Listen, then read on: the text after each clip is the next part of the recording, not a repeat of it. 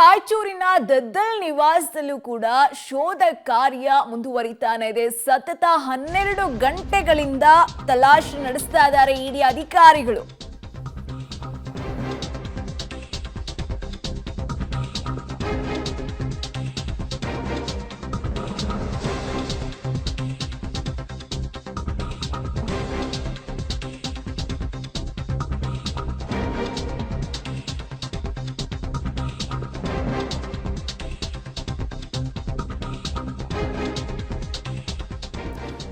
ರಾಯಚೂರಿನ ದದ್ದಲ್ ನಿವಾಸದಲ್ಲೂ ಕೂಡ ಇಡಿ ಶೋಧ ಕಾರ್ಯ ಮುಂದುವರಿತಾನೆ ಹೋಗ್ತಾ ಇದೆ.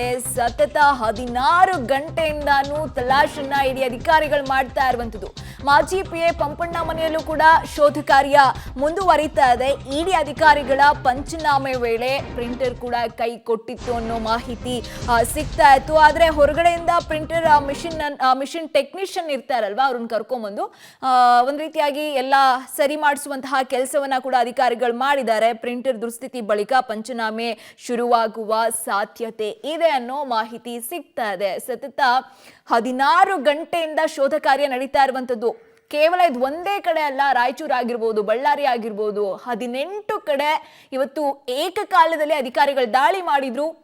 ಸಾಕಷ್ಟು ಮಾಹಿತಿಯನ್ನ ಕೂಡ ಈಗಾಗಲೇ ಕಲೆಕ್ಟ್ ಮಾಡಿದ್ದಾರೆ ಅನ್ನೋ ಮಾಹಿತಿ ಕೂಡ ಸಿಗ್ತಾ ಇದೆ. ಸತತ 16 ಗಂಟೆಯಿಂದ ತಲಾಶನ್ನ ಅಧಿಕಾರಿಗಳು ಮಾಡ್ತಾ ಇರುವಂತದ್ದು. ಇನ್ನು ಮಾಜಿ ಪಿಎ ಪಂಪಣ್ಣ ಮನೆಯಲ್ಲೂ ಕೂಡ ಶೋಧ ಕಾರ್ಯ ಮುಂದುವರಿತಾ ಇದೆ. ಇಡಿ ಅಧಿಕಾರಿಗಳ ಪಂಚನಾಮ ವೇಳೆ ಪ್ರಿಂಟರ್ ಕೈ ಕೊಟ್ಟಿತ್ತಂತೆ, ಗಮನಿಸ್ತಾ ಇದ್ದೀರಾ ವಿಜುವಲ್ಸ್ ನಲ್ಲಿ. ಆಮೇಲೆ ಟೆಕ್ನಿಷಿಯನ್ ಯಾರಿರ್ತಾರೆ ಅವ್ರನ್ನ ಕರೆಸಿ ಸರಿ ಮಾಡೋ ಕೆಲಸವನ್ನ ಕೂಡ ಮಾಡಿದ್ದಾರೆ. ಜೊತೆಗೆ ಕೆಲಸವನ್ನ ಅವರು ಮುಂದುವರಿಸ್ತಾ ಇರುವಂತದ್ದು. ವಾಲ್ಮೀಕಿ ನಿಗಮದಲ್ಲಿ ನಡೆದಿದೆ ಅಂತ ಹೇಳಲಾಗ್ತಾ ಇದ್ದಂತಹ ಅವ್ಯವಹಾರಕ್ಕೆ ಸಂಬಂಧಪಟ್ಟಂತೆ ಸಾಕಷ್ಟು ಮಾಹಿತಿಯನ್ನ ಈಗಾಗಲೇ ಅಧಿಕಾರಿಗಳು ಪಡ್ಕೊಳ್ತಾ ಇರುವಂತೆ